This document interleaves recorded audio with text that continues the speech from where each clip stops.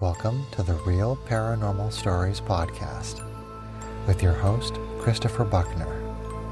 Send your stories to realparanormalstoriespodcast@gmail.com. Royalty-free music provided by Kevin MacLeod and Tabletop Audio.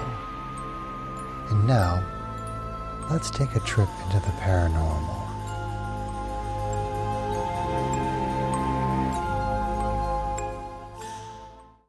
This story comes from Reddit user Vengeful Peace.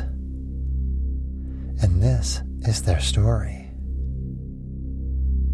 So this story is one of my earliest memories, and it takes place around Christmas.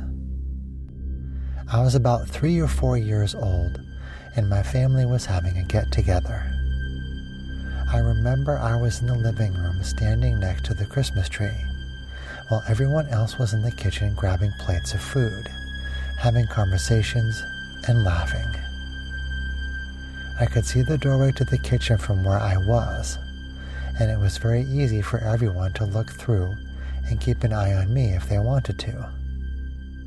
Now, that said, I wasn't alone. There was an older man who was also there with me next to the tree.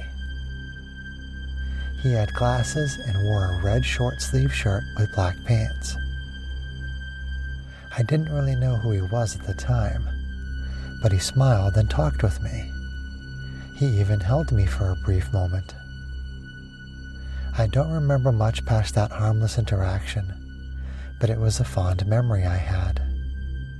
Years later, when I was about 16 or so, my dad and I were in his house having a conversation, reminiscing about old memories.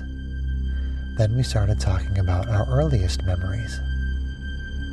I brought up my first Christmas memory and told him about the man who held me. He asked me who it was, and I pointed to a picture on my dad's wall. I said, "That guy. I vividly remember him holding me next to a Christmas tree." My dad went quiet for a moment and gave me a stare like I was crazy. Then he asked if I was sure, and I replied, "Positive. He was even wearing the same clothes as he is in that picture." Then my dad told me that was impossible. When I asked why, he answered, "Because he died before you were born. That's the great-grandfather you were named after." I was beyond shocked by that reply, because I have such a crystal clear memory of our encounter. I still think about it to this day. And that is their story. This story comes from Reddit user Hippie Froggy. And this is their story. When I was 11 years old, my dad took me and my brother to a party. He apparently knew the people, but me and my brother didn't. They had just moved into the house, and that was what this party was for.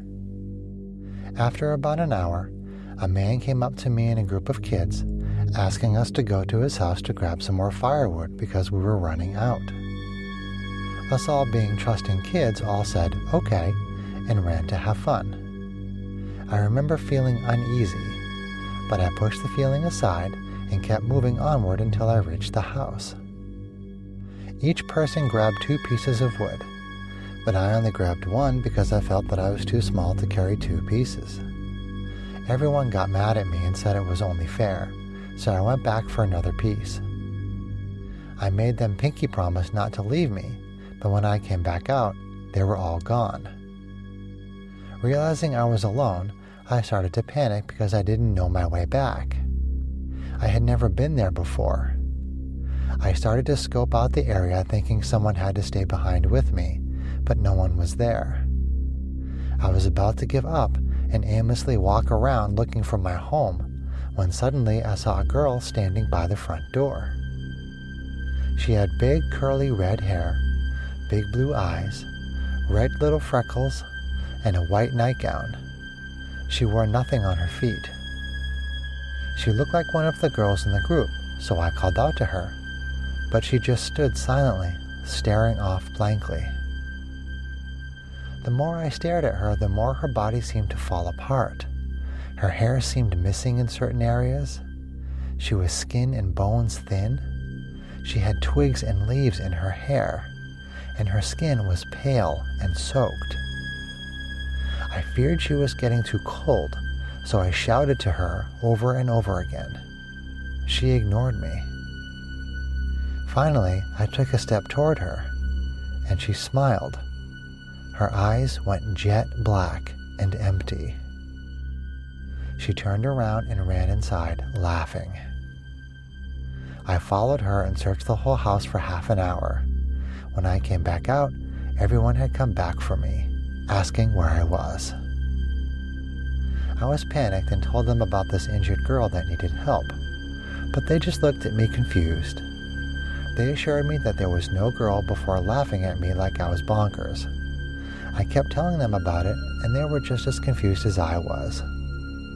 We went back to the party and acted like nothing happened, but I had this bad feeling. So I went to the mom at the party and told her the whole story, and she asked me about the man that sent us for more wood because they never needed more in the first place.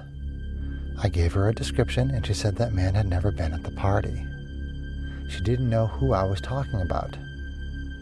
She gathered all of us who told the same story about this man, and she said she didn't know who he was. But she was drunk and didn't seem too worried, so she just told us to be safe. And that is their story.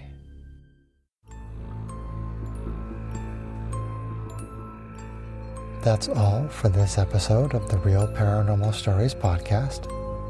If you liked what you heard, please leave us a review anywhere this podcast can be found.